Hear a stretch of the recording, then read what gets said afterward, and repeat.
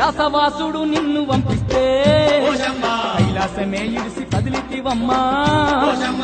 ఊరును కాపాడ ఊరిలో నీవు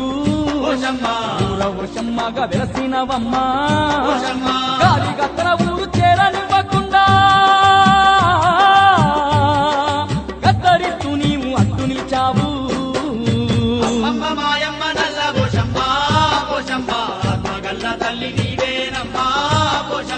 అందరి బంధువైదియవని అందు పోషమ్మ అవతరించిన దేవతవమ్మా పోషమ్మ